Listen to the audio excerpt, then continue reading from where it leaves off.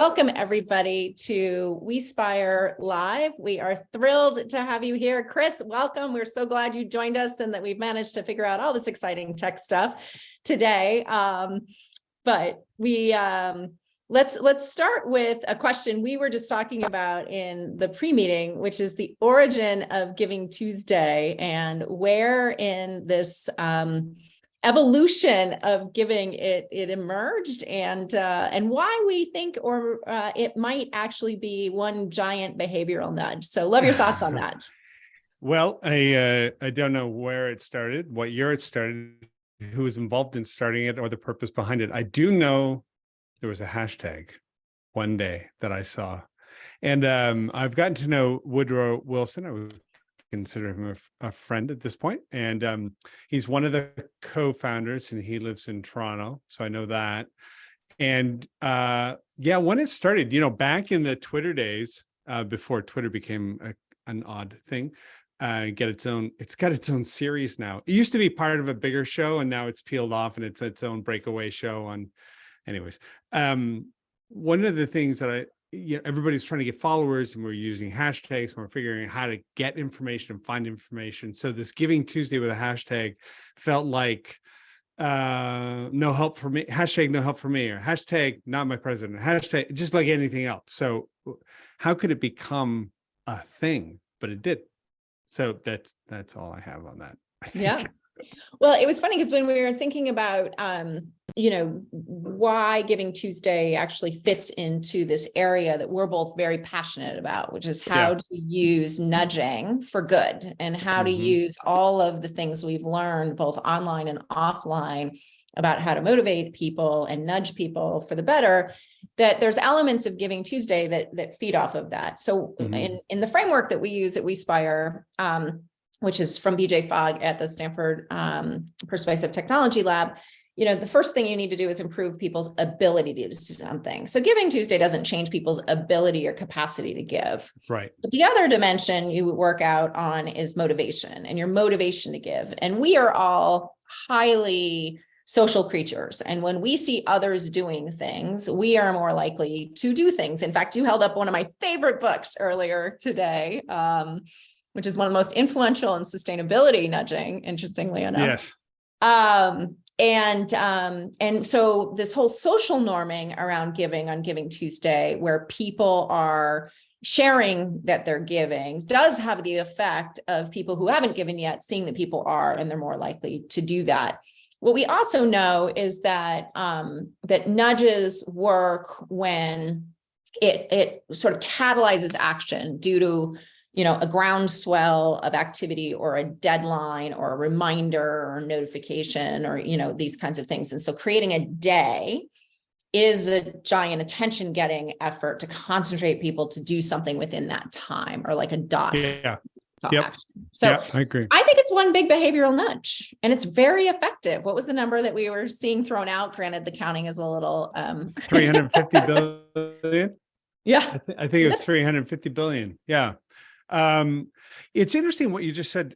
Because understanding nudge theory, for those of you who just tune in, I'm assuming most of you do. It's out of behavioral sciences, which is, I think, when you agree, Susan, people describe behavioral sciences a whole bunch of different ways. There's some critics who will say that's been around forever. What do you think science is? Blah, blah, blah. So there's a bunch of that kind of thing out there, but coming out of economics, interestingly enough, behavioral science and the irrational decision maker proves to be a far more accurate predictor of activity.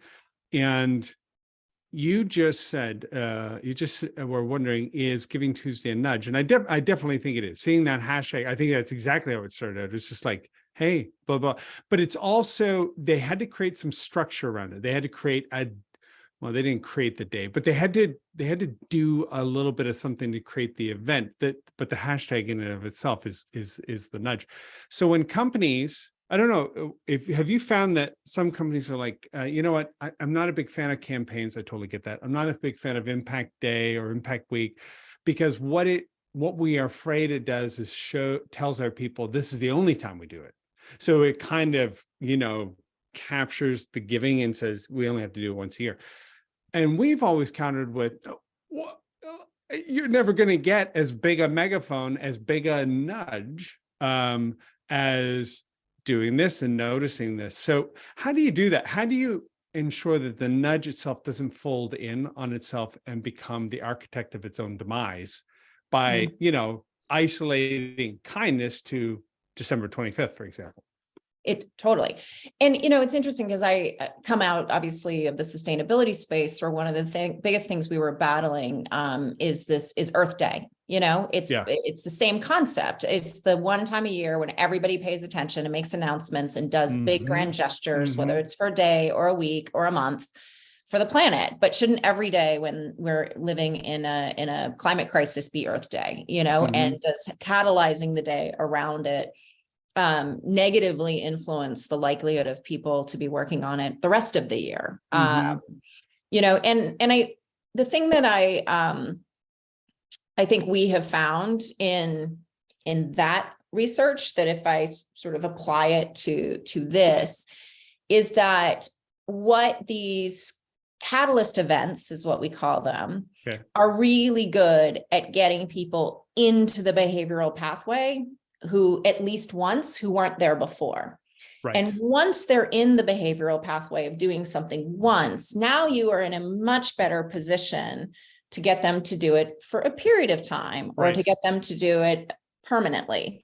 Right. Because you're not going to take somebody who's never done something sustainable or environmental, or who's never given, and get them to be giving regular every week. I'm going to switch this like that. That's you've got to walk them in. So what these catalytic events is, they are not, you should not see them as the right vehicle for creating lifelong habit change and passion out of people. Exactly. But they are the hook for those who have not been involved, to get involved on what behavior theorists would call a dot basis. So you can move them to a span basis to move them onto a path, where you're doing something clearly.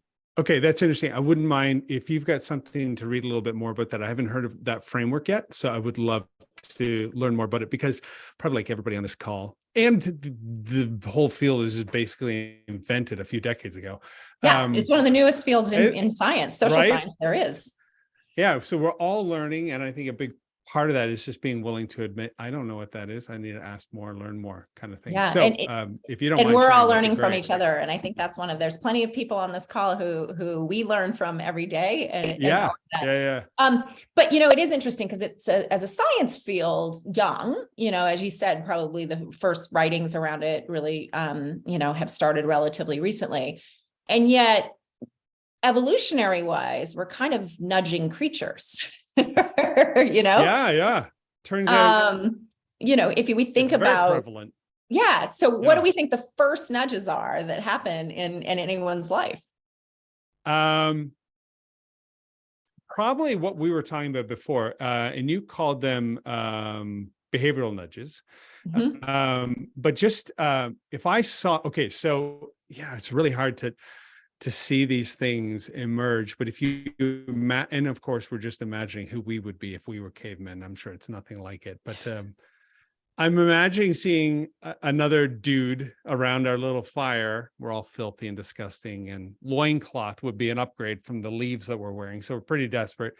And he's pulled something up to eat it, and he puts it to his mouth, and he does, and he throws it away. I do not even need to talk to him. I'm not going to go pick that up. I got in his reaction enough information to make a decision. And what's more, what's terrible? I'm so unprofessional. I've got to go get a plug for my computer. What's more is not only do I not need to talk about it, I probably made the decision without really thinking about it. I just saw it happen, didn't even think about it. I kept thinking about the stones I'm collecting because they're pretty, but I've already saw that, made an assertion, and I have a behavior based on it. that kind of thing would have emerged I think pretty quickly for us And to survive with each other. Yeah. Exactly. And I will let you go run, get your cord, while I kind of explain that is, I think the first nudges that we always get are those nudges that we get from each other. We got them from our parents about good behavior, not good behavior, or from friends about faces made, not, and very universal. The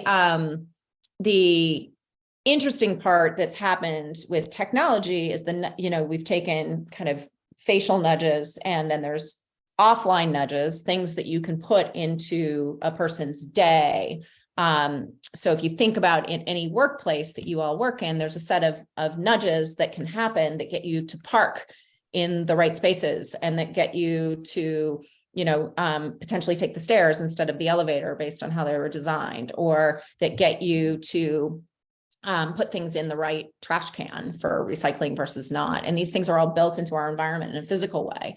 And what has happened digitally, and what WeSpire and the work Chris is doing with many of the folks in the giving space, is to say, how do we just get much better at these nudges being incorporated into these programs that we already have, both in an offline way and in an online way. And so, Chris, I had the pleasure of being at the Nudge for Good gathering that you all did earlier this year. What are some of the most inspiring examples of nudging for good that you've seen in the work that your consortium is doing? Just share a couple that really, you were blown away by, that folks shared. Well, okay, so nudges, interestingly, are not that inspiring. They're more, and maybe I'm thinking of it a little differently. So, Susan, I'm gonna check in with you on the question in a second. But because it is about placing options in a person's environment in a way that is likely to guide them through a series of decisions to get them to an action, rather than placing them randomly and then just being surprised. Hey, nobody responded to my email. Okay, well, it turns out if you use an F-shaped pattern, not all the time, but it's pretty easy to watch how people read. 1, 2, 3, 4. I read at the top, and because I'm Western or English, left to right, bottom 3, 4. Then I'll go check, and then that's about where the bulk of our emails come in, where we all check out. I know it's from I know it's about, I don't have time. Delete, right? So a nudge would be to just write that in a bit more of an F-shaped pattern. So when I look to the first spot, I get more info, shorten it up, put a little subject, 1 minute to read, 2 choices to make. That I don't know, done. And I can hit send. Now, the information, the content happened to be the same, the options were the same, the purpose was the same. All we did was we just laid the words, the little black marks on the page out a little bit differently, and they bounced from this to that, and they made the decision. Now, did I force them to do it? No. Did they want to do it? I actually don't know at this point. It's sort of like probably a why not, right, at best. But that's a nudge. It's not that inspiring. It's so dumb. Well, It's just stupid. As a result, on the other end, I think it's very inspiring. That's the inspiring part. It's how nudges can be employed to great effect, but the effect is always the inspiring part. And I know you weren't suggesting otherwise, but it is funny when you said that. I thought, I don't think there's any really interesting nudges. The best I can get out of them is we did that. We broke the invitation up into 3 parts because we were taking advantage of something called the surprise ask. Because there's a bias, this is not going to surprise anybody. Human beings hate being asked for things. Just hate it. And when I know it's coming, I will avoid it. And if you make me do it, Susan, because I'm on your team and they want 100% participation, I'm going to give as least as I can, resent you for it, and then go home and yell at my family. Like, this is all predictable at this point, right? That's moral licensing. Forced to be good, I'll behave badly. It's just compounded nudge on nudge and weird human behavior. But and the weird thing is we don't really rationally consider much of that. We just kind of bounce through it. Mhm. But I think if we can, if we could harness these nudges and this choice architecture in such a way that people are presented with options they never even got to before because they just didn't work through the steps to get there. Mhm. I don't know very many people who have a good volunteering experience and say, I hated that. Like, you know what's wrong with that? I spent 3 hours here and nobody's going to pay me.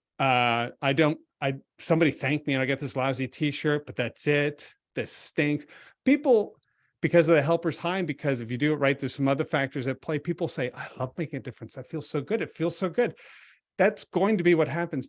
And most of us are grateful for being invited, but we just don't get through this, the maze of choices to actually get to that place. And so nudging, I think, helps us to get people where they probably want to go anyways. Yeah. And I think, what we've seen is that there's an element of what would be considered a trigger or a nudge, which is about building awareness that people just didn't really realize that this was happening. And because this person, I was notified and tagged that my colleague has signed up for this thing or has just made this donation or has just joined this campaign or things. And now, A, I like that person and I'm influenced by their behavior, but B, I just didn't know about it. And I'm much more likely to pay attention to something when somebody I care about is doing it than some random 5,000 people just gave. I mean, 5,000 people just gave is going to be valuable relative to just here, give today. That's Cialdini showed us that. But what we have found is when an individual that you care about or know or respect is the person that has done something, it is likely to be the most likely thing to influence you to participate. And bringing visibility to that, because in a world where this wasn't digital and it wasn't shared and there weren't nudges, I had no idea that, you had just given to Amnesty International and we're a huge fan of Amnesty International and that there was this big campaign going on that I would be passionate about too. You helped me figure that out. You increased my ability to connect with my passion and you increased my motivation to connect with my passion because you did it. And so how you bring visibility to those social norms is really powerful, I think, in this space of whether it's giving or whether it's volunteering or whether it's, doing something to be more sustainable or more inclusive. Right. So a bunch of things that you said, I scribbled down a bunch of notes. First of all, I want to say if there are CSR practitioners or anybody doing anything with volunteering or giving at a company, you have heard an employee say, oh, when did we start doing that? I don't know, Bill. I don't know. We talk about it every year. Like we have this conversation in this hallway every single year. What is wrong with you? Right. I mean, how many emails can these poor CSR managers send to the same people and have them respond? When did this happen? Like, I didn't even know we did this. Right. So that's a salience thing. It's not, maybe it's the way you write emails, but it's probably just, we see the things we're preconditioned to be looking for. And I know you've seen this weird bias as well. If we said a whole group of, I can't remember exactly the particulars of this research, but it's been reproduced a number of times. And I was reading it 3 weeks ago, a group, and they said, we want you to go out into the hallway and find everybody being nice to each other, right? Okay, so they went out and they found like 50 people or whatever. And then another group, once you go in the hallway and find people with brown hair, they went and did that. Then they came back. How many people with brown hair did you see? I have no idea. Okay. How many people, like you just only see the thing you're looking for. So if I have not had the experience, and there's another weird bias. If you've bought a Honda, you go driving. I remember this with my first car. There are a ton of Hondas out. I didn't know this was such a popular car. I can't remember the name of that, but that is if you own it and you're in it, all of a sudden you see it everywhere. So those two things kind of work together. And if these CSR managers don't know that, they don't understand the basics of how what behavioral insights and behavioral science are suggesting, we're going to keep approaching it in a way that won't ever work. And honestly, I think that 10 or 15% of people who are volunteering on a regular basis at companies probably doing it beforehand anyways. It's not it's not like they showed up and we cultivated a brand new super volunteer. We're probably seeing the volunteering types, and we need to get beyond that to get these other folks involved, because they're going to have a great time. Yeah, that was one of the pieces of research we've done that I'm most proud of, which is really understanding this network effect of going from the passionate influencers in a company around a topic. And then what happens when you start to get others involved who are not seen as the already committed. And one of the things we showed is and I actually spoke about this yesterday with a whole group of executives at an automotive manufacturer, is just that there's a group of people who are what we're going to call, for lack of a better word, your power people. They're your power volunteers, your power givers, your power sustainability green team people, all of that. And they do the heavy lifting of what needs to get done, what needs to get volunteered, what needs to get donated, what, and things like that. But if you don't get beyond that group, you can't really see the network effect of that behavior, because there's this very interesting dynamic that is, some may argue even a little negative about the power people, which is that the rest of the organization sees it as, oh, that's just so-and-so, that's what they do. Yeah. Oh, they're just super green, or, yeah. Oh yeah, they're an avid volunteer. But when you can get those, passion power people to get what we would call the socializers involved in the workplace, the people who might be your ERG leaders, or the people who might run the baseball or softball team, or the people who might organize the social events, but who are not seen as power people for that topic.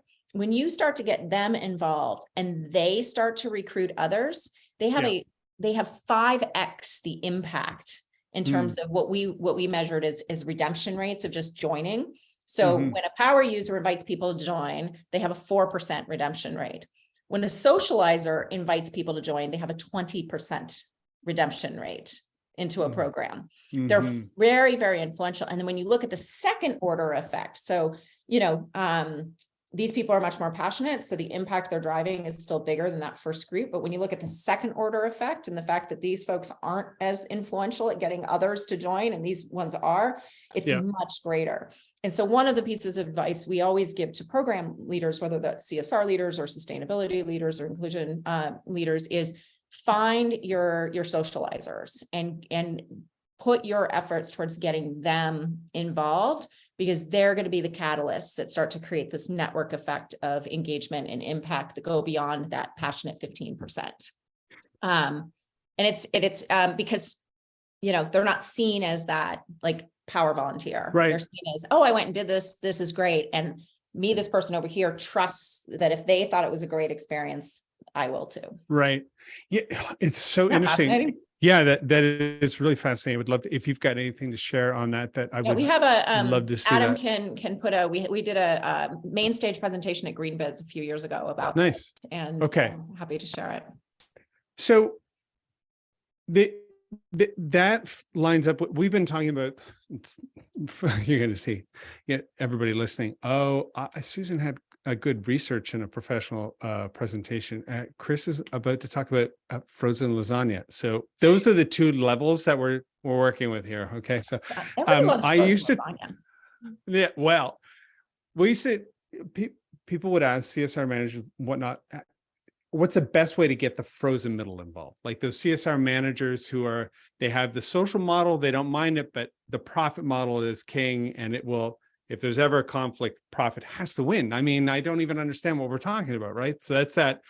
And that's a small percentage that'll consider it. The rest might think it's treated adversely, like, oh, you're going to go volunteer? Great. The rest of us will stay here and get the project done on time. Bill, don't worry. You go have a good time out building a habitat, that kind of thing. Now I'm using a lot of those behavioral cues that we were talking about, where I might say, oh, you know what? I hear what you're saying, but I see you mean exactly the opposite. So I'm not going to go volunteering. That tends to be a problem with companies. So we talk about a lot of folks are like, if we get the CEO talking, if we get them loud and we get them advocating, it'll go cascade down, but it doesn't. So when you have a piece of lasagna, you put it I never do this, but you put it in the microwave and you heat it up and you go to take a bite, and the top's hot and the bottom's hot, cheese is melted, and the middle is frozen. It's gross, right? So what's happening there, we use that image and just say, no matter how good your program is with your CEO talking and you're mobilized, 20% mobilized, without the middle, you get a problem. And I only give this metaphor to say it intersects with what you just said, I think, and I'm be curious to hear what you think of it. The CEO or the identifiable prototypical leaders, as goes into social identity theory. But when I see our prototypical leader acting or behaving in a certain way, I tend to tune to it. We see this in various administrations with extreme behaviors kind of going one way or another. Those groups kind of rise and then they get quieter again, that kind of thing. So for that to work, the message needs to be modeled. Like if I hear a senior leader saying, go do this, and I never see them doing it or talking about it, it's inauthentic, right? And I'm not going to be a sucker. But if I see them doing it and they talk about it, I'll know that's a signal this really does matter. But I'm not going to go because they're talking about it or I see them going. I'm only going to go when that peer, who tends to be more the social interaction, right? That peer talks to me, and the senior leader's messaging and modeling, that is a good recipe. We've seen that be a really good recipe for success. And the piece that I want to add in now is what you were just saying, which is someone of power is different than a social, but I want to read the work, see the presentation so I get the language right. But that makes complete sense to me.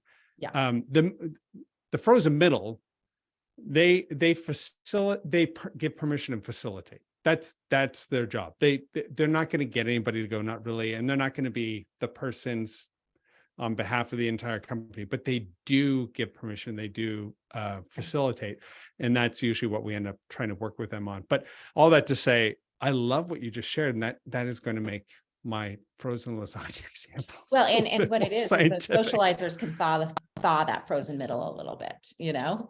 Yeah. Toyota Finance a bunch of years ago, 10 years ago, they got a small group of their mid-level managers who loved volunteering. We would call them stage 2 or 3. And then they would go and talk to their other managers. They had a 35% participation rate with their managers, which is amazing. And then this other company, I can't remember the name of it really quickly. All they did was send, this is a good nudge. Hey, just letting everybody know, and year of end performance is coming up. One of the things that other managers have done to get great scores is to go volunteering with their team. And apparently managers who volunteer with their teams get better performance scores across the board every single time at this company. So all of a sudden the social model became very profit oriented personally, and it wasn't a problem. So I think we could even see nudges in that frozen middle thought out a little bit. Exactly. So performance is definitely one. And then the other one that we've seen is we've done detailed analytics for some of our clients around retention impact of different programs.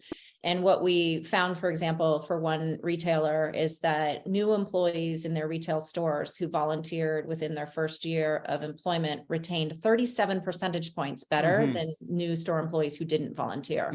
So who that thawed, for lack of a better word, was the retail store manager.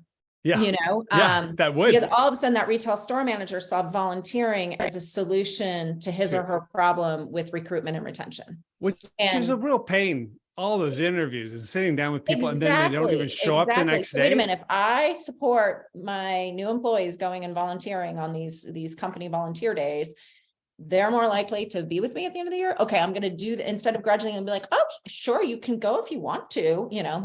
Yeah, that's, you know, we should come up with a little list of things like that, because that's ammunition for people. I mean, especially if you give it to a social manager, a socially minded manager, that's the right channel. Exactly. And so what we saw is that data was provided to the CSR team, but the CSR team was able to use that to really influence the store managers in a positive way to be more supportive of, and this was a company that was already very, very socially minded, but you know, that new store employee wouldn't necessarily know that coming in and wouldn't know there's permission there. And so making sure that was more overt from the middle, not just the top or the CSR team or the bottom, was really key. Let's turn attention to giving in general, and what you know, what are some trends that you're seeing right now in corporate giving that have you really excited or interested or curious?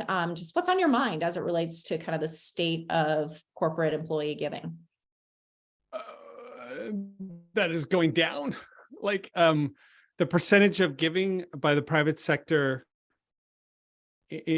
just straight up philanthropic investment is going down year over year. In terms of a percent, the number is going up, but the percentage of the pie that they're actually contributing is going down. Oh, interesting. So the volume is up, but the percent that they're allocating is down. Yeah. So in the last, Giving Tuesday was a part of this group as well, but the last bit of information, I think it's being housed by, you probably know it, by the Indiana University, the School of Philanthropy there at IU.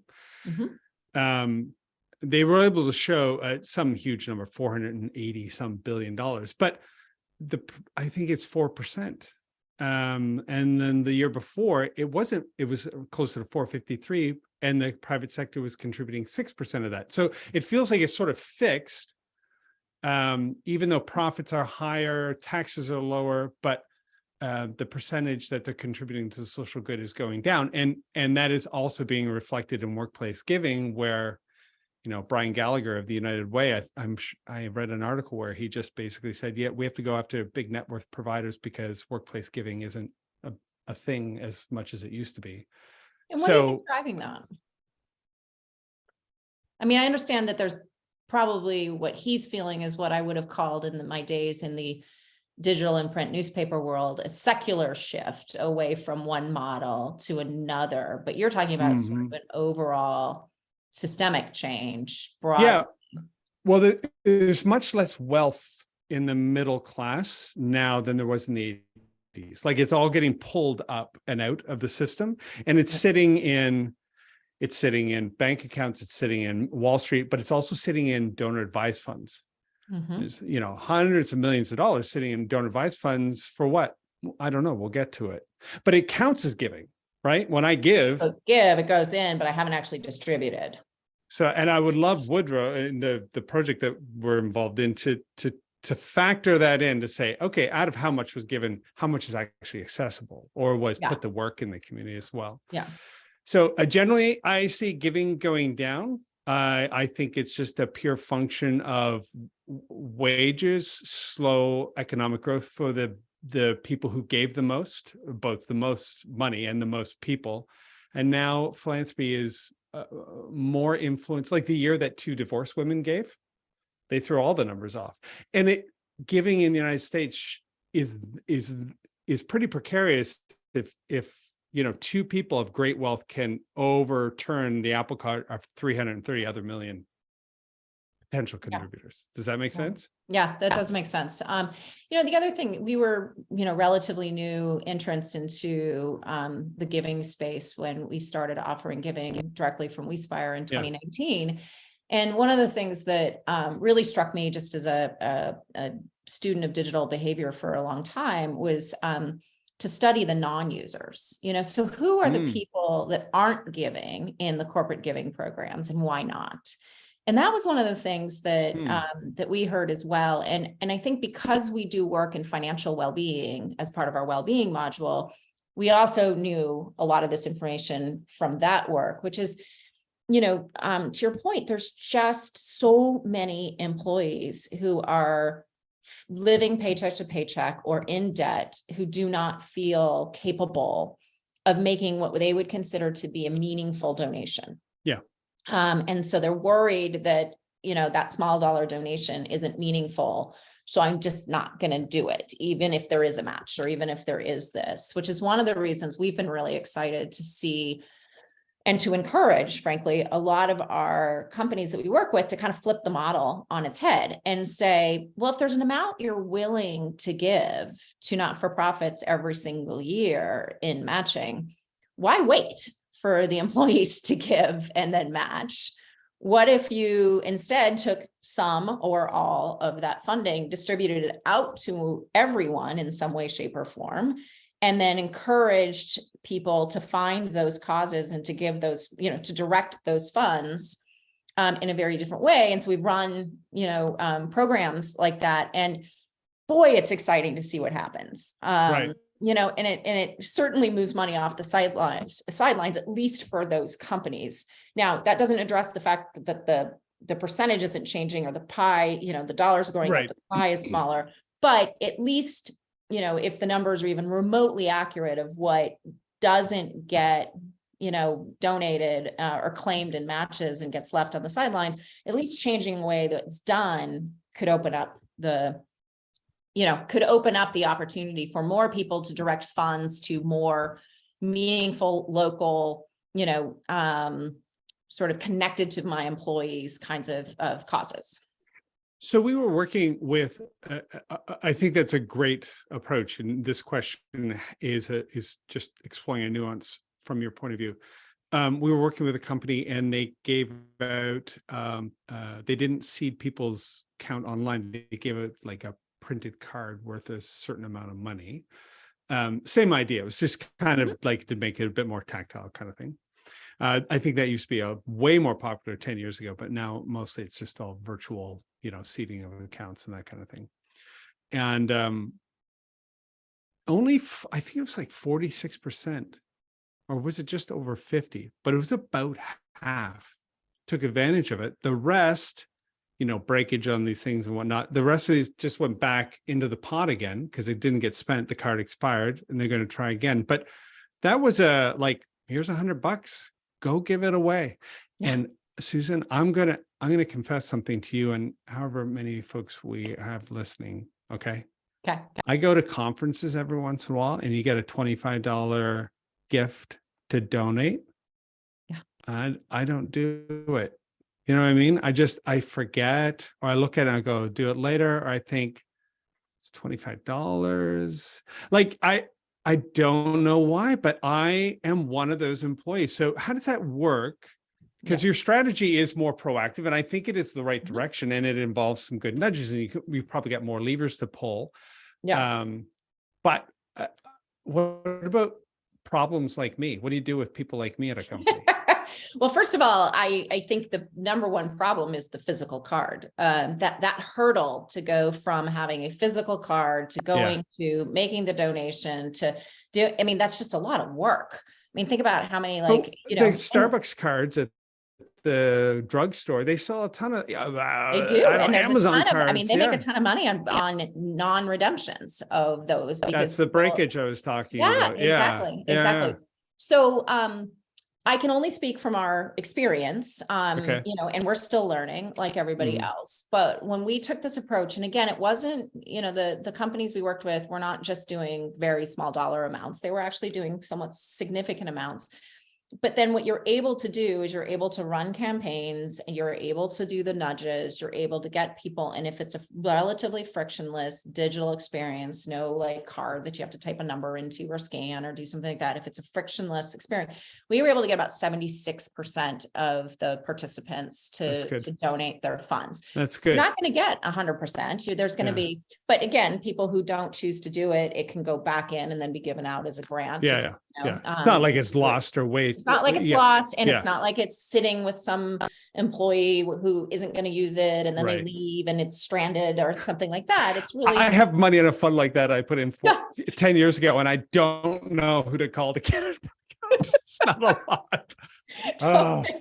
And so I think there's and then the big question is, when you give the ability for people to do those donations that way and offer the opportunity to add to it or top it up, you can do all sorts of things. I mean, this is where the world of e-commerce is trailblazed wonderful technique for getting people to add to things or to do things. And so, I think that's the model that really feels like a way to really unlock two things. One is to enable that portion of your employee base, which is much larger than you think it is, probably, to feel able to give, the first pillar on behavioral. Then you can use platforms and technologies and nudges and signage and things to motivate them to give. And then the reminders to make sure they give. It's Giving Tuesday. You still have, $25, $50 in your personal grant account. Give today. Here's 3 organizations making a difference that we partner with, kind of thing. And that makes it much easier to deploy those funds, but in ways that really, can tap into employee passions. Well, and that's the whole point, right? You want to involve, you're going to have as many hands touch that dollar on the way out. So the IKEA effect kicks in, because we love what we make. And if I had a part of investing in it in some way, then it's better than if I didn't. I probably wouldn't even think about it if I didn't. So that's definitely a key. I'm going to use this. This is a great idea. I'm going to use this. We're looking for a few nudges to test. I'm going to use this with a couple of companies. We're going to seed their account with like $100 or something like that. Yeah. I mean, if you make it meaningful, you see.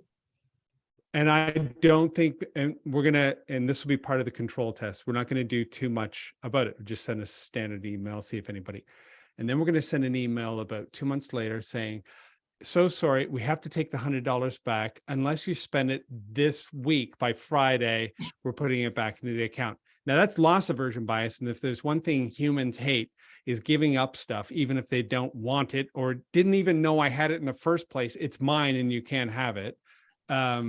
We have seen loss aversion bias work really well, but I've never connected the dots to say, so put the money in and then threaten it, threaten, but end of the year, it's going to expire, it back, come back out, or do it. The test would even be better if we ran it in June and people were like, oh, why is it going away now? I think this is a great idea. Okay. I'm going to try that, Susan. All right. That's great. So we have a question from the crowd. With the increasing number of disasters and urgent global causes happening all throughout the year, are you finding that employees are getting donation fatigued by the time we get to this part of the year? What are you seeing as sort of the crisis rate is going up in terms of donor fatigue, if anything? Okay, well, let's turn it around. And this is, I'm not going to question the person who asked the question. This is for you, Susan. What year, in your experience, your lived experience, was the easiest year where there was actually less work than last year, more money than last year, and less problems than the year before? What year was it? Go ahead and name that. You have 5 seconds. What year was better than the year before? You had more time, more money, and there were fewer issues in the world.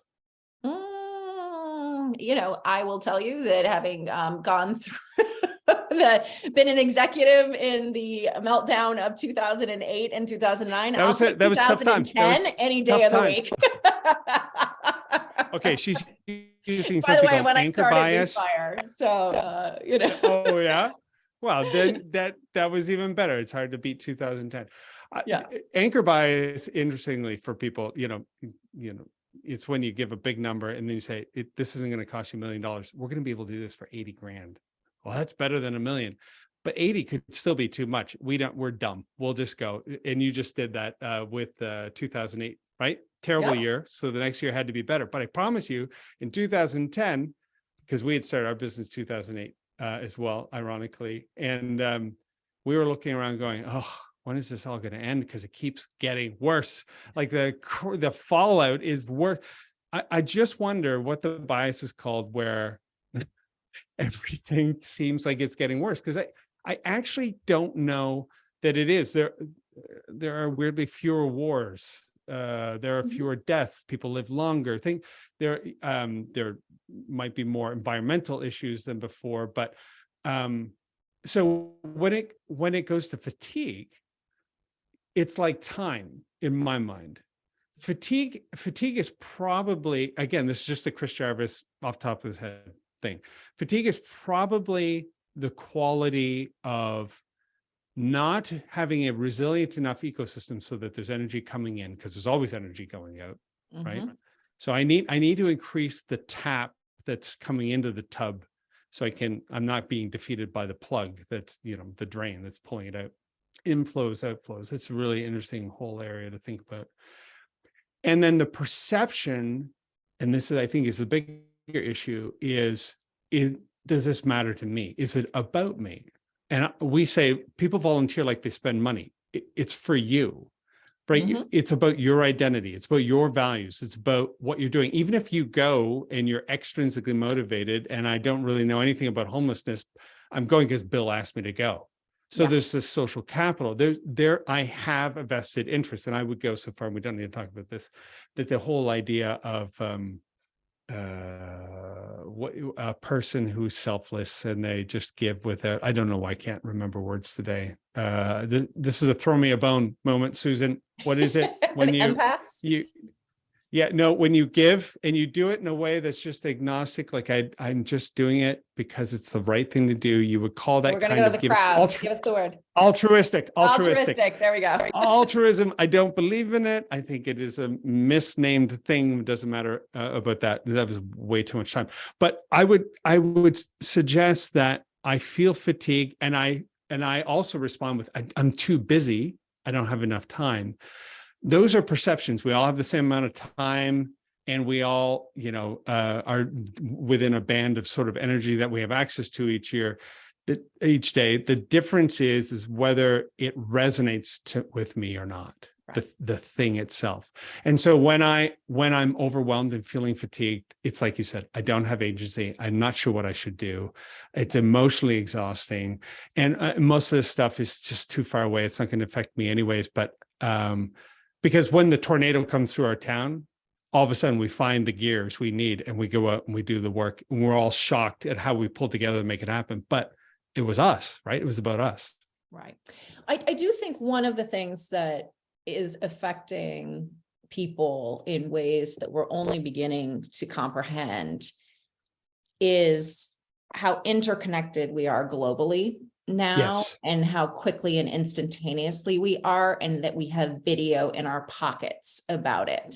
And so, and what video does is it personalizes suffering in a very visual, meaningful way. And we are getting on the ground, we have now billions of reporters out there showing us what war looks like, or showing us what a wildfire in California looks and feels like, or shows us what that, hurricane that just took out half of the west coast of Florida, left in its wake, or around that. And so it hits us quickly, it hits us in high volume, and it hits us with video. And so I agree that if we were to look in terms of war, famine, things like that, I know that childhood poverty, for example, is way down. There's all these things that are way better than they used to be. Environmental problems may be the large exception, but we certainly are on the front lines of them in a very visceral, regular, systemic way. And I think that has an impact. And I think that has an impact both in terms of catalyzing aid. I mean, you probably saw this. We certainly saw this, what our customers did and what their employees did around Ukraine was really amazing to see. Just instantaneous. Whoa, we are showing up and we are supporting, in 24 hours, 48 hours, things like that. And so one, it galvanizes more attention. I'm not sure 50 years ago, if Russia had invaded Ukraine, well, actually they did in 2014, and it wasn't galvanizing attention the way it is now.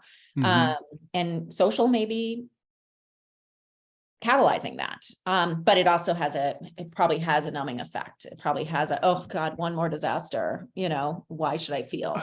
So you're raising some good points here. So, and I don't disagree with any of that. And how do you address, let's say 200 years ago, I don't know how many bodies you've seen laying in the street, or murders you've seen, or people being beat. Me, not many, right? I might see it on video, but not in my neighborhood. Yeah. But that used to be way more normal to see that kind of thing.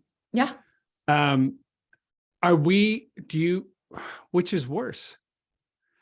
Like, were they numbed out? Like, is there a tolerance level that we're hitting that's similar to that, but it's just via video this time? Or are we just weaker generations than previous generations? Or maybe more empathy should never be described as weaker. Just being hurt by other people's pain is a strength, actually. Like, Yeah. I have so many questions, Susan. That We've wait, only- this is unusual. That's why it's newsworthy. Whereas 200 years ago, some of this behavior was very, I mean, you hear about what happened and, was the cavalierness with which people treated some of these atrocious. things is Yeah. shocking, but I guess they could look at us, find the same thing, maybe. Yeah, absolutely. So we've got about 5 minutes left. And I have, a couple questions here. One is around if you were put in charge of a company's giving program, what's the first, list 2 to 3 things you would do to make it successful? The Chris Jarvis 3 best practices for a successful employee giving program. What would you advise? Okay, first, what do I think success is? And I'm going to take the Susan Hunt Stevens version. And success is less about how much money we give and more about how many people we involve in the giving. That for me, because my goal is to, in terms of legacy, hand this civilization to the next group of humans who are just going to show up out of the blue and take it all over. And we're all gone. Everybody on this call will be gone in just a handful of decades. We're all gone and it's all new people and they might screw everything up, but we can give them a fighting chance. So I think the more people that have a chance to have these transformative experiences that come from giving and beginning to think about what is my role in this? Do I have agency? Are my beliefs correct? How am I acting? That can pass on. Versus we hit our target of 22 million this year. That's not going to pass on to anybody. That's really important for all the nonprofits on the call. I know that money matters. Believe me, I get that. So define success in terms of how many people can be involved in a meaningful way, not just in a transactional way, but where they're really starting to think about the psychological, convictional, and behavioral changes that they're being invited to. The second thing may be, and this is going to another point that you made, which is to find those social motivator impact makers. We tend to find champions, ambassadors, and I don't mean the person who seems to have the most time on their hand in the office. That is the worst person. Do not do that. You're going to inoculate your entire population against volunteering and giving because it needs to be intrinsic. I need to find a high level 2 or 3 people who are putting hundreds of hours into this because it's just who they are. It's their identity, right? They volunteer like they spend money. So success, that, and then begin to really think through what are the lead and lag indicators of hitting the direction. And then just the slow march for the first 3 or 4 years with a small group of people. It's just not going to be big out the gate because we're building for a long tail. Not a one and done campaign this year. No disrespect to people who do that because we already established they are great nudges to get people to notice what they might not otherwise. Right. Exactly. Yeah. I +1 on all 3 of those. The one I would add that I don't always feel like happens enough is I think engaging the organization broadly in a big question, what I call the why. Why do we want people to give and why are we going to give? And what difference are we going to make in this world through our giving? Because I have been in an environment where the giving was not strategic and there wasn't a why behind it. And it was a lot of charity dinners and a lot of, not that that money is not needed. Again, to the nonprofits, we get it. Exactly. We've been there. But it wasn't something that I, as a senior executive in the organization could turn to every single employee and explain how engaging with this group of not-for-profits financially in terms of our time, in terms of our advice or advisory, capabilities on a board or whatever, not only was going to be really, really meaningful to that not-for-profit, but very meaningful either to our industry or our business. And I watched an organization I worked through go through a complete transformation on that front and really understand their why for philanthropy and for giving. And it made it so much easier to say yes and no to every good idea on the planet. That's true. You had a filter for it. And then the other thing it did is it really gave people a way to sort of figure out where their passions and these passions could plug in. And it didn't mean that there weren't, there wasn't other ways to give to things that weren't strategically aligned, Sure. but it really channeled the passions around three things that were very, very meaningful, socially and to the organization, philanthropically. And so that's the other thing I would just say, I'd recommend to everyone if they haven't done that exercise to really find their why. I agree. I think the universal question all children have is, are we there yet? Sitting in the back seat, are we there yet? Are we there yet? Are we there? I certainly get that from my kids. Right. It's because we have a sense of like movement. We started here, we want to be there. There's a sense of accomplishment. It's very, very rewarding. We've got a good reward system around achieving something. And so if you've got a focus that we're all kind of pulling on, not that it excludes your interest in cats and dogs, because we love cats and dogs, but we're a tech company and we're not doing tech for cats and dogs or with them or anything. So we're going to focus on this together. That can be so invigorating. It is. And it's not that the other things don't matter, but it just meets a basic human need and answers our little kid question. Are we there yet? Because we can then say we're closer because we have a focus and we know where we're going and we know what it means when we arrive. Right. Well, and I found, at least at the organization I was at, one of the three areas they chose to focus was defending the First Amendment. And, and it was just so powerful, to really see how that galvanized, and how that applied globally and how, and it's not something I ever would have searched a database of how do I support, freedom. Right. Exactly. Yeah. For in a million years.